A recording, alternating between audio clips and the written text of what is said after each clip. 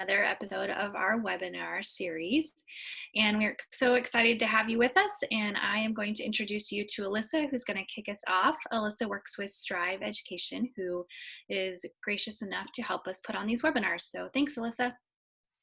Hello, everybody. Welcome to our biggest webinar yet. We have 46 of you registered, which is just really exciting. We're so thankful you are taking your noon hour to spend it with us and with these wonderful women from ESU 11. Today's webinar is called Merging Brain-Based Learning Strategies with Tech Integration. In case you are just joining for fun or forgot what the title is. We do have Jody and Kate here from ESU 11, and they will be our presenters. Feel free to use the chat feature throughout the webinar. We are going to hold questions until the end, but if you do have a question during the presentation, send it right away, and Jody and Kate will be able to get to those at the end. So before we get started, I am going to give a shout out to our sponsor, Atlona. Atlona is a Panduit company, and they were gracious enough to sponsor today's webinar, so thank you so much for doing that.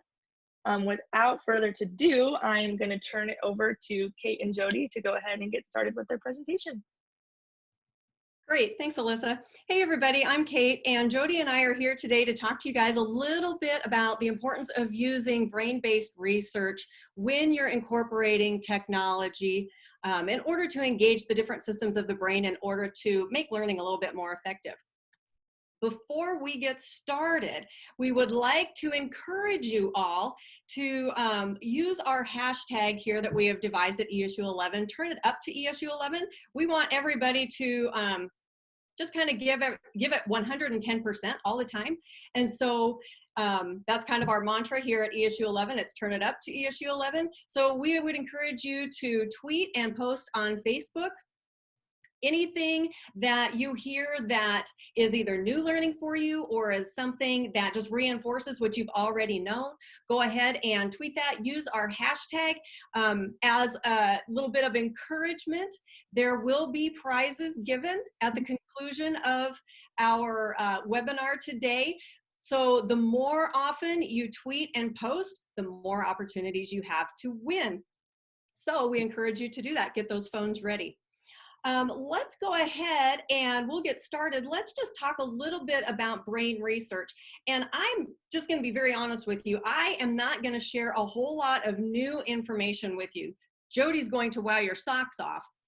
But the information that we're going to talk about with the research part is stuff that we all have learned, particularly in our undergrad classes. So kind of think back to your ed psych classes that you had in college. And think about the importance of using some of those strategies in order to make learning stick a little bit better. These are things that we all know, but sometimes life just kind of happens and things get busy. And then on the next thing you know, we're in the middle of a pandemic. And so some of those things just kind of get pushed to the side. So we're just going to remind you of a few things.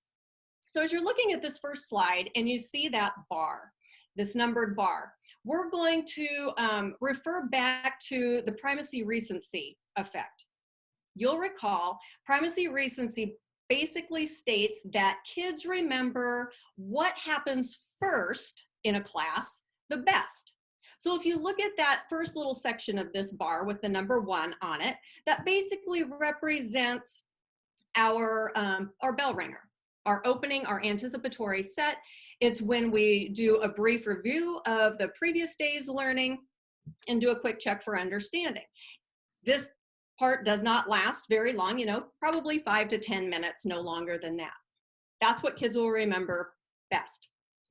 If we look at the 2 section on this bar, that is what kids will remember second best. That's the end of class. This is when most of us do our closure. And that closure is so important because that's the last opportunity that we have to check and make sure that kids are understanding what we've taught them that day and then get them started on their homework. Again, a very short period of time, no more than 5 to 7 minutes or 10 at a max. Now look at that 3 section. The 3 section is the longest period of time that you have during your class period. This is when all the main things happen. This is when you're teaching the the big part of your content, the important stuff. Kids remember this the least. That's somewhat problematic. So, but there are things that we can do to help kids remember this better. The worst thing that you can do in this situation is to take this 3 section and stand up there and lecture for a good solid 40 minutes, or put kids behind a device for 40 minutes, not doing anything else. What we need to do is chunk the information. And brain research will tell us that, that depending upon the age level of kids that we work with, we've got different attention spans that we can contend with. So if you are working with junior high and high school kids, you have on an average about 10 minutes where they will be able to focus their attention. After every 10 minutes of providing content, you need to make sure that you take a break and allow students 2 minutes to process that content and give them the opportunity to think about it a little bit more deeply. If you're working with elementary students, you've got less time than that. You've got 5 minutes. After every 5 minutes, you're going to need to pause and provide them 1 minute of opportunity to process that information. Now, some of you might be saying, good golly, Kate, there's no way that I can teach for 10 minutes, stop, teach for another 10 minutes, stop, or 5 minutes, stop, 5 minutes, stop. And I'm going to tell you that you are doing your students a disservice if you don't. So I use the analogy, think about when, you know, it's like 2 o'clock in the afternoon, you're tired and you are needing a Diet Coke. So you go to the fridge, you get a Diet Coke out and a glass of ice, and you start pouring that Diet Coke into the glass. We all know that if you don't pause while you're pouring that Diet Coke, what's going to happen? Everything's going to run over and it's going to spill out. Much like the information that we present to our students, if we don't pause and let that content settle, then it's going to spill out and it's not going to be worth any good to anybody. So we need to make sure that we employ those chunking strategies. Once we do that, then you know we've got the 2 minutes or the 1 minute of processing time. And there are some things that we can do to help the brain engage and think more thoughtfully about the content that we've just presented. So let's take a look at the next slide. And what Jody and I have done is try to pick out some of the strategies that are going to give us the biggest bang for our buck. We like strategies that don't take a whole lot of prep time to include into a lesson and that are just very easy, yet highly effective. So the strategies that we're going to talk about today include movement, conversation, and novelty. So let's go ahead and we'll just dive right on in. Let's go ahead and take a look. Why would we add movement? So movement is very important. First of all, it enhances cognition, it boosts memory, keeps learners awake, and it increases energy. If you look on this slide, you'll see that we've got a QR code. So go ahead and feel free to either use your QR code scanner or your camera from your phone. Go ahead and scan that and you'll see it'll take you to a Wakelet that has a bunch of different ways that you can incorporate movement into your classroom. Now remember, if we're only looking at having 2 minutes or 1 minute of time, you're not going to be able to do a whole lot of movement, which is fine. Movement can be as simple as a change of state. So as simple as sitting, going to standing, walking across a room, or turning around and talking to the person behind you. Of course, while keeping the appropriate social distancing measures in place. So the next thing that we would want to encourage you to remember when you're trying to incorporate movement is to make sure that it's purposeful. Okay, so after you get done teaching, you know, either your 10-minute or your 5 minutes of content, we would not recommend that you go ahead and just turn the kids loose and have them run around the school building and then come back inside for the next 5 or 10 minutes. You don't have that kind of time, and it's not purposeful at all. So I'm going to go ahead and let Jody talk about some different ways that you can incorporate movement while you're having students engaged with technology. Yes, thanks, Kate. Good afternoon, everybody. So welcome to our webinar today. So a few things that we thought would be kind of important to kind of bring together is the strategies for movement and utilizing the technology in the classroom. And so we just kind of brought together a few of the strategies. There's several more strategies on, on that Wakelet that you can take a look at, but we thought we would just kind of pick out a few and kind of show you how you can incorporate the technology within those strategies. So the first one you see is walk and talk. And so the walk and talk is just a basic, have students get up, walk, talk, have discussions based on what they've learned, maybe after a lesson that maybe you've taught for 10 minutes. Give them a chance to stand up, walk, and talk. So a way to incorporate the technology maybe after a lesson is include a QR code challenge. And so classtools.net has a really good QR code treasure hunt generator. It's very simple, it's very easy to use, and you can see right here it provides the steps in order for you to be able to generate those QR codes. So it's so easy. I'll just click on this part of it, and it gives you a way you can create and set up your own quiz. And you basically put in a title. You have a specific format that you need to put in your questions. And then if you want to provide a password to be able to edit this later. And then once you create this QR code challenge, all the QR codes are generated for you based on all the individual questions that you have put in here. And so it's just a great way to have these QR codes up and placed in your classroom, either up on a wall or even utilizing your hallway, wherever is necessary. So you're incorporating that technology along with providing those students a chance to get up and move, have those discussions, and be able to make it more purposeful. So it relates to a lesson or even a way for them to kind of get an idea of what they've learned about the lesson that's being taught. So that's one. The other one is wall writing.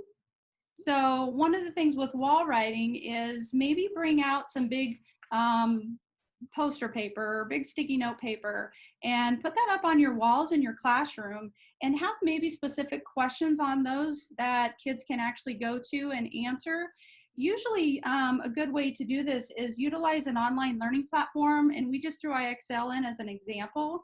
And after kids are utilizing IXL or any online platform, maybe have them come up with a way to answer questions that you have put up on the wall. Even if it's just a simple question, do you have any more questions about the skills that you just learned?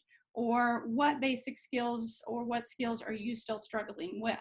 You know, have those questions up on the wall as we're working on so many skills. Maybe after 5 skills or 10 skills, they can go up to the wall and look for those particular questions on the big sticky notes and write their answers. Many kids can go up and write on the same sticky note or the butcher paper that's on the wall, so it keeps it more visual. That way, if other kids see other questions or other answers, they might have some similar things that they're seeing that other students are having as well. Another strategy is inside-outside circle. So this one can be done in many different ways. So you form your circle in your classroom and you have an inside group of students in a circle and then the outside group of students in a circle. And, you know, kind of decide which group's going to be where and stuff, and provide a question for those students. And of course, maybe the students that are inside the circle are going to be the ones to answer that question and telling the students on the outside of the circle the answer to the question they think it might be. And then they're having those conversations and stuff. And then a lot of times you switch and you have a different question or see what the students on the outside of the circle would say to answer those questions. So one of the things you can do with this is they're transitioning maybe to the inside outside of a circle, but also when they've completed this activity, a good tool I highly recommend is Classroom Screen.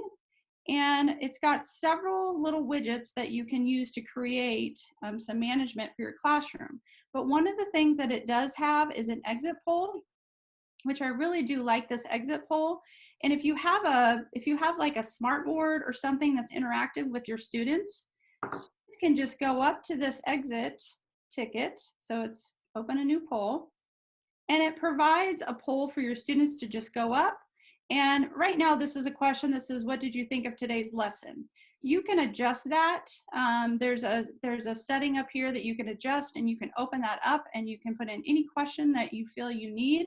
You can adjust the numbers of how they're feeling about this down below. So if I were to click on these, it'll just give me the number of students that have gone through. So they're getting up, they're walking over to the smartboard, they're answering your question overall, providing an exit ticket for you to kind of see maybe when they're leaving your classroom, how did that lesson go today? And then this gives you an opportunity to kind of reassess and say, looks like most of the students, you know, understood today's lesson. They really liked it. We can move on to the next thing tomorrow.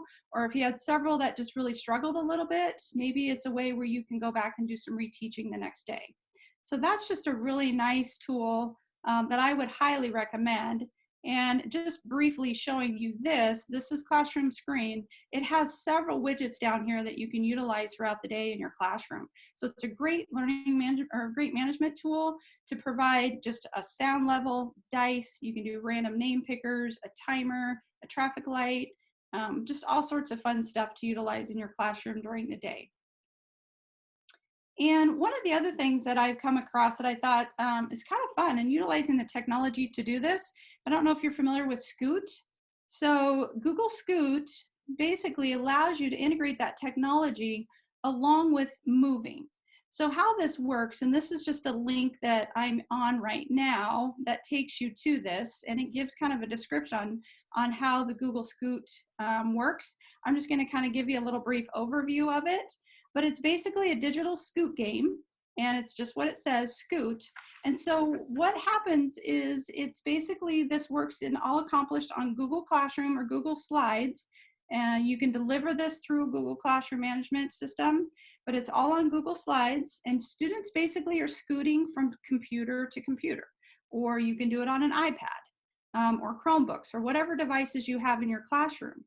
And so what the teacher does is set up those Google Slides in a way where there's different tasks on those different slides. And so once those kids start at their same seats, and then they can scoot from different seats to different computers and work on those different slides to complete those tasks. So the teacher gives them a few minutes to complete the task.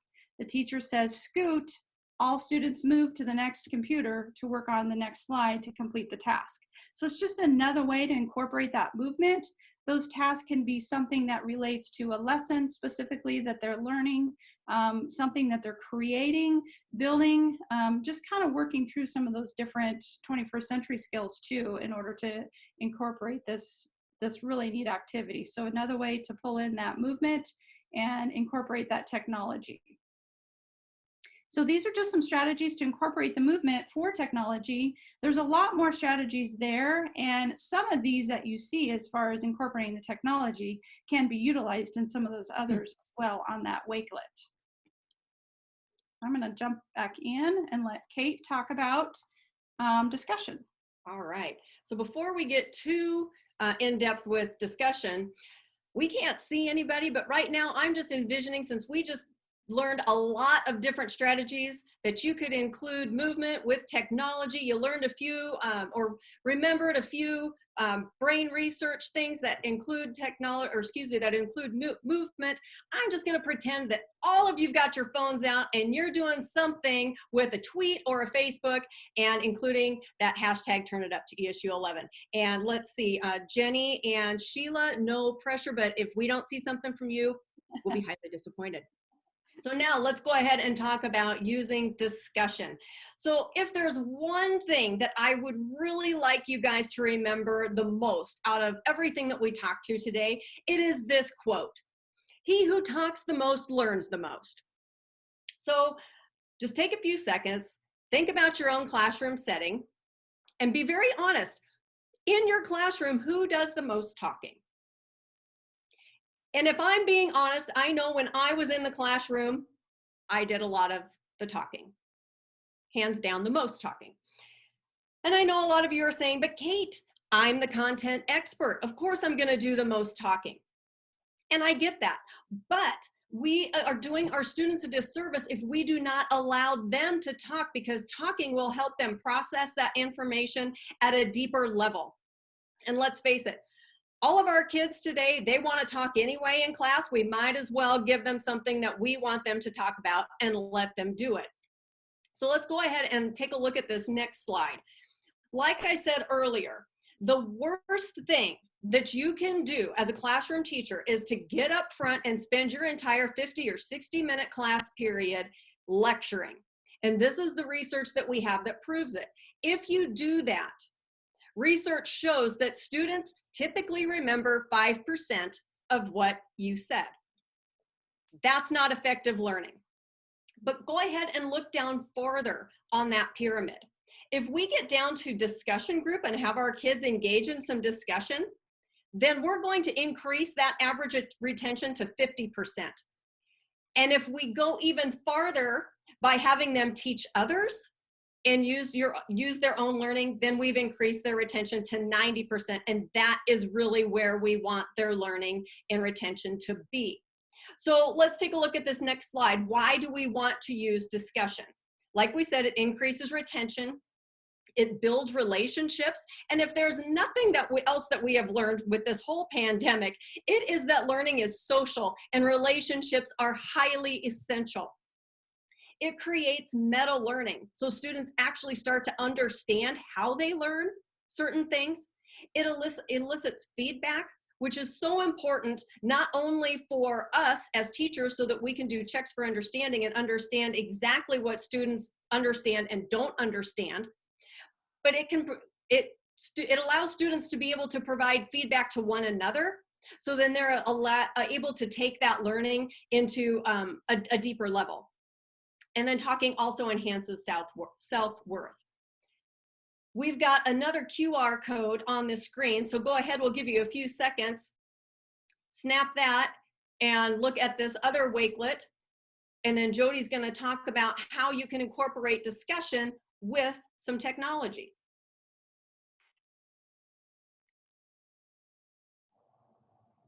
Okay, I'm going to move on. So everybody got the scan of the QR code there. So strategies for discussion using the technology. So this is one that there's so many tech tools out there that help kids to be able to collaborate, work together, communicate, those type of things. And so one of my favorite ones is Quizlet Live. So one of the strategies that a lot of us as teachers do is we have kids come together, work together in groups, provide answers to maybe questions, and just kind of collaborating on something specific that they're needing to work on. So I'm going to just show you a link to Quizlet Live. Kahoot Team Mode is another great one that you can utilize for this as well. But being able to bring groups of students together, and this can be a group of students of 3 or 4 or 5, depending on the size of your class. So if you've never done Quizlet Live, I'd highly recommend using it. This is just a great tool where you can bring kids together. This link, and if you just go to kahootlive.com, it's got a video that tells you how to play it, how to set it up. If you've used Quizlet and you use the flashcards and everything, you have access to Quizlet Live. So this is one where it just becomes a live interactive game for those students. They're assigned to one computer. So each group has one computer, and those questions come through based on the flashcards and how the teacher has set that up for the students. And it's just a fun way where kids are working together, collaborating, and it becomes very engaging for them because this little picture here, and I know that's a little difficult to see, but it provides team names. And as they're playing this, they can see if the teacher presents this up on the smart board or up on the large board, how the teams are doing. And so if they're answering questions right, they continuously move forward. If they miss questions, they go back to the beginning. And so it kind of becomes a little competition, but it just helps kids learn and provide, being able to provide this information for them in a way where it's much more engaging and helps hold that retention for them. Another one's called Pass the Butcher Paper. And so for Pass the Butcher Paper, just kind of what it says to do. So you have kids working in small groups, and you would normally have a large piece of paper setting out for each of those groups to work on. And in this way, you could actually utilize Google Slides to do this with. And so maybe each group's going to have, instead of the butcher paper, they're going to have the Google Slides put in front of them. each one of those slides might have something specific, whether it has to do with the story that they read and they have to put in like, the characters and maybe the scenery, or maybe just talking about the plot or the beginning, the middle, the end, how, you want to put it out there for them, or even just with some math facts or math strategies and things. And then they come together and they work on each one of those Google slides. And you could just have one computer set, so they have to kind of go around and put in their information on each individual slide. Facts of 5. This is a really good one. It's where students write 5 main ideas of thoughts that they have after reading a text.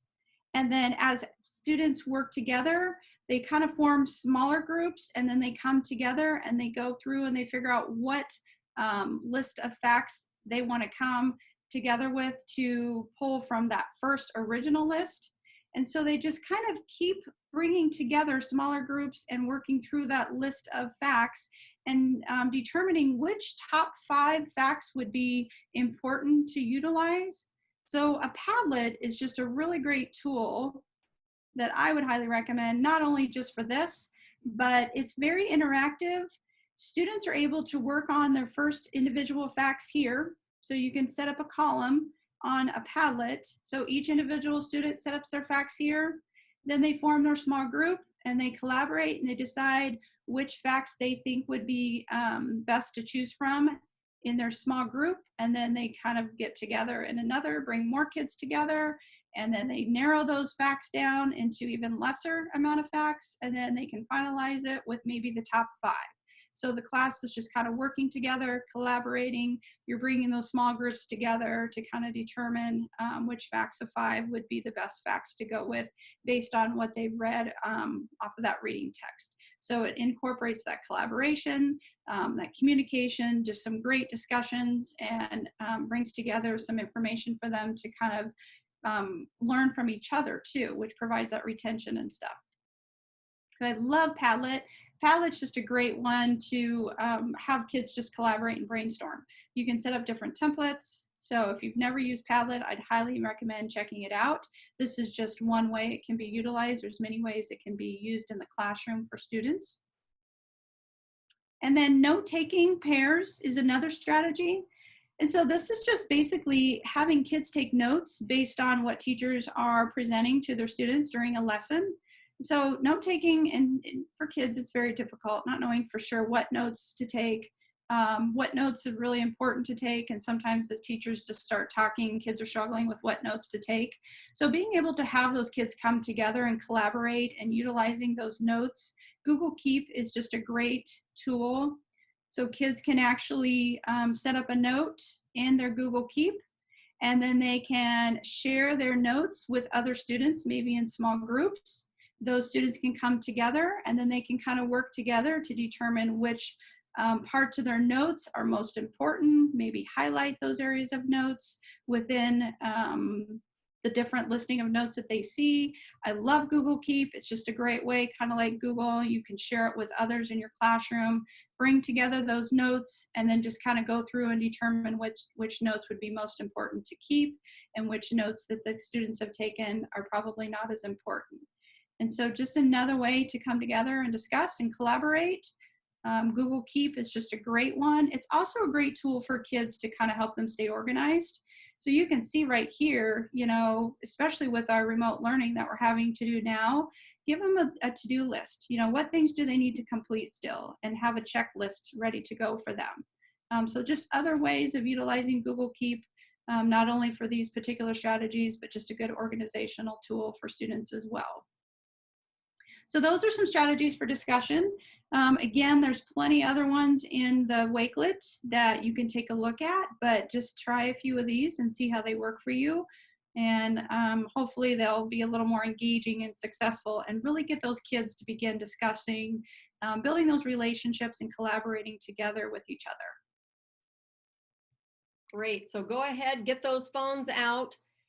Go ahead and tweet a little bit about maybe if you saw one of those tools that you like, how you plan to use it in your classroom next year, or if there's something that you just want to remember, go ahead and write that fact and make sure that you include the hashtag Turn It Up to ESU 11. Let's see. Thank you, Jenny. We did see that you tweeted for us. We appreciate that. No pressure, Darla and Darcy and Trish, but we're still waiting to hear from you. And if you are an ESU 11 employee, we do expect you to tweet, but you're not eligible for any prizes. So let's move on to novelty. So the brain loves new things. New things can be anything in the learning environment, how you deliver your instruction, anything that's going to catch the learner's attention. Our brain is so amazing, you guys, in the design. It is actually designed to kind of power down or go on low energy mode, if you will, if it is not noticing anything new for an extended period of time. So I'll prove this to you. How many of you have ever been driving down I-80, cruising along, and all of a sudden you kind of lose track of time? It could have been 10 minutes, it could be 20 minutes, it could be an hour and 30 minutes, and all of a sudden you kind of look around and think, I'm not exactly sure where I am. That's because your brain is powered down because really nothing new is ever happening along I-80. Unless it happens to be maybe fall, and all of a sudden you're driving along, your brain's kind of powering down, and out of the corner of your eye, you see kind of a brownish, grayish creature with 4 legs starting to come into your lane. That's new, and so your brain's going to wake up pretty darn quickly and allow you to react. The last thing that we want to happen to our students is for their brains to go on low energy mode in the classroom when we are teaching. So we need to make sure that we're doing something to bring new experiences in for the kids. Jody's gonna talk a little bit about how to do that. The good news is we're gonna talk about things that are high tech and things that are low tech and things that are no tech. Yes. So as Kate said, the newness is very addictive to the brain. And so, I think about just even getting a new pair of shoes or something new, it does become just kind of exciting and very addictive to the brain. And so being able to pull in some novelty and some newness into the classroom is just a great way to keep kids' attention. So one of the things is to pull together just maybe a different sort of a seating arrangement. So I don't know if you have a regular seating arrangement that you set your class up with every year and it just stays that way. That becomes pretty boring to students, and it's important to really change that up quite often. And so being able to pull together just a neat little seating arrangement, and this is just an example where have this posted on your wall in your classroom and maybe just have different types of seating arrangements that you could utilize throughout the year. And then maybe some morning your kids are coming in and they get to look at the wall and say, it's a new month or it's a new week. Which seating arrangement do we get to do this week or this month? And so it just provides some newness, some excitement. It catches their attention and just gives them a little bit different environment to learn in, which brings some engagement and hopefully helps them be able to be a little more attentive in class too. So the seating arrangement is just a great one. It's simple, non-tech. Doesn't provide a lot of work, just putting something together that you can bring with your classroom and setting it up in a different way. The other novelty we talked about was just bringing together, these are just some neat little photo props. And so there's a link here, and I'll just take you to this link. And you can search these on Google. So this is a site that has free printable photo props and ideas for classrooms. I guess if you have an upcoming wedding or something you need to do a photo booth for, but you can print these off, and they would be a great way to incorporate during a time where you're doing just a quick assessment with students.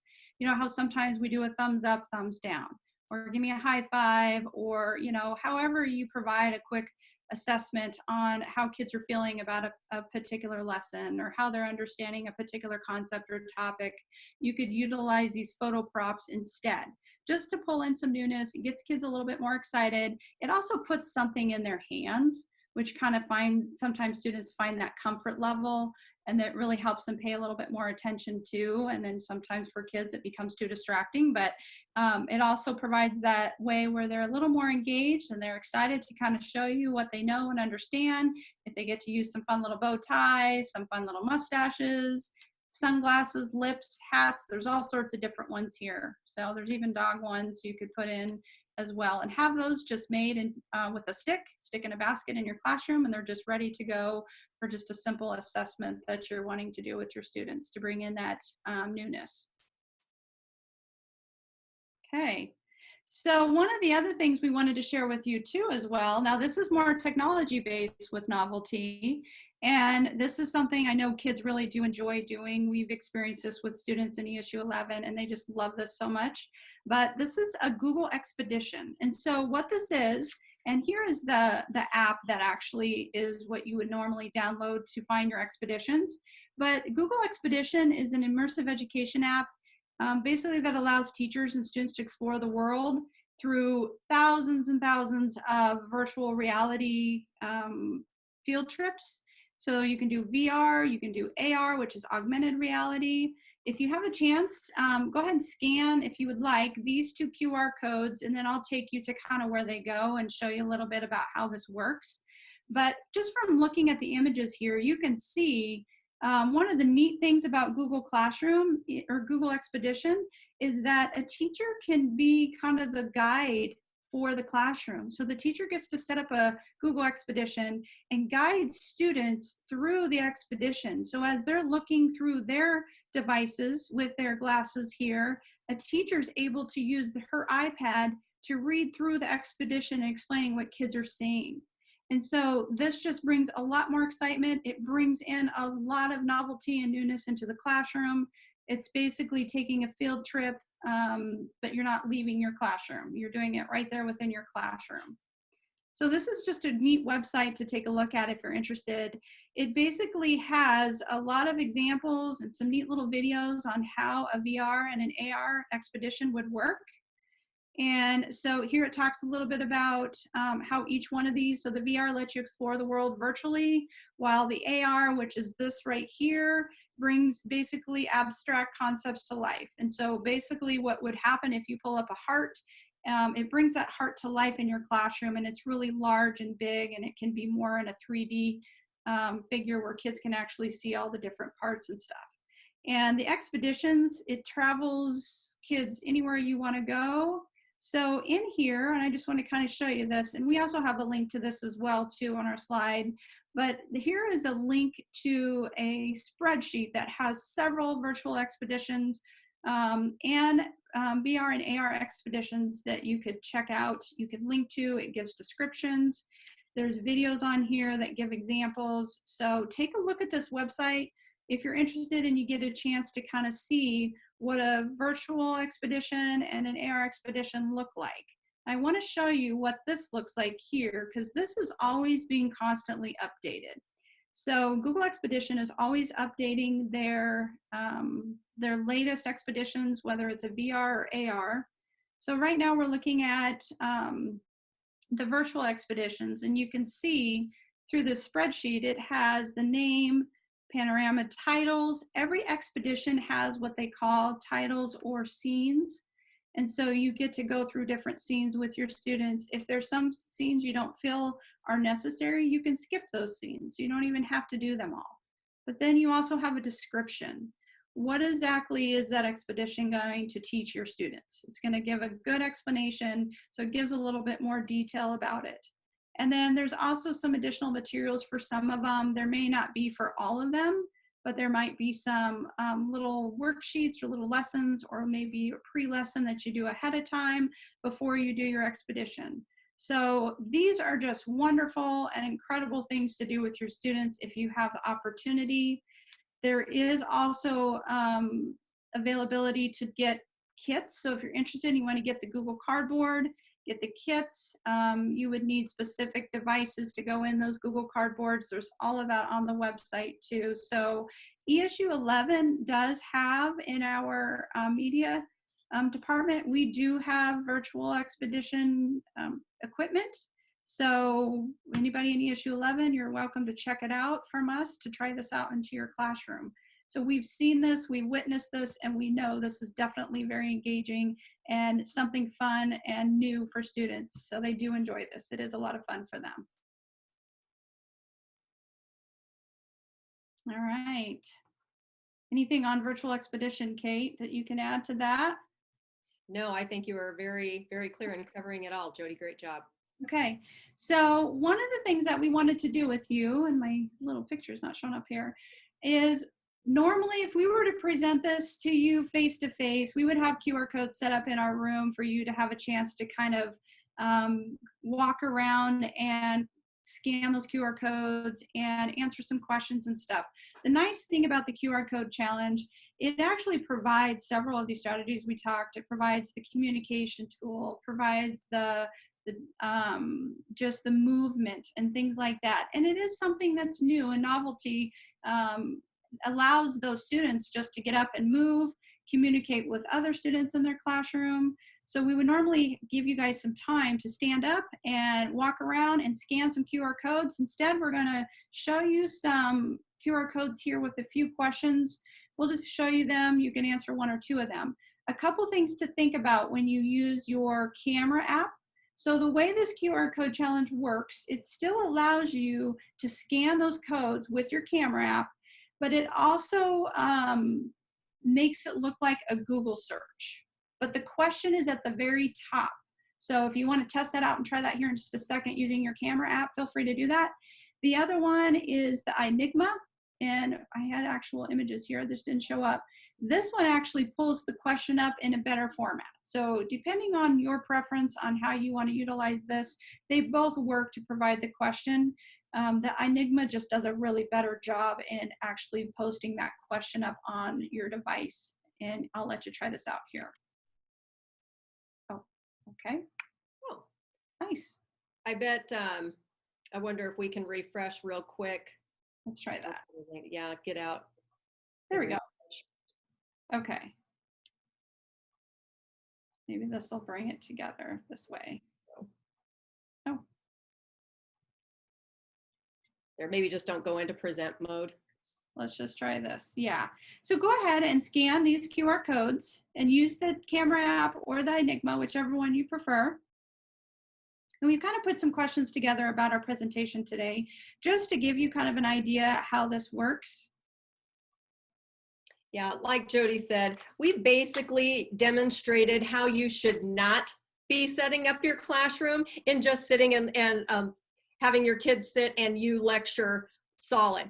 If we were able to do the face-to-face, we would have included movement and discussion in with our presentation. But what do you do during a pandemic? This is better than a poke in the eye. Yep, that's right. So if you had a chance to scan one or the other to see what they look like, I think you'll kind of get the idea. The only thing with this QR code challenge is you're not allowed to put in like links. They have to be specific questions. So if you do choose to use that, kind of be more prepared with just specific question and answer. When you do set this up, you're not able to put in links. So if you're thinking you're going to set up this challenge and have kids scan something that's going to link them to a video or link them to a website, this particular challenge doesn't do that, but you can sure do that with other QR code setups too. Okay, we hope you had a chance to try those out just to see what they look like. Yeah, so if any of you have any questions about anything that we don't get answered today, or if there's anything that Jody and I can do to help you integrate technology in a more brain-friendly way, our contact information is up here on this last slide. Don't hesitate to contact us. And we look forward to going and seeing all of your Facebook posts and your tweets, and go ahead and turn it up to ESU 11 this summer. Enjoy the rest of the school year, but have an even better summer. Thanks for joining us today. Thank you, everyone, for joining us. That was wonderful, Kate and Jody. Thank you so much. Before I do our closing remarks, I am gonna share one more sponsorship video before we kind of end this. Hi, welcome to a brief introduction to the Atlona EdTech VIP Partner Program. Atlona Audiovisual Systems make it easy to share your source, in this case a laptop, to a display like this TV, either by plugging it in or wirelessly. Or share multiple sources to multiple displays with complete control of what goes where. Atlona created the EdTech VIP program to support education customers better for their audiovisual requirements.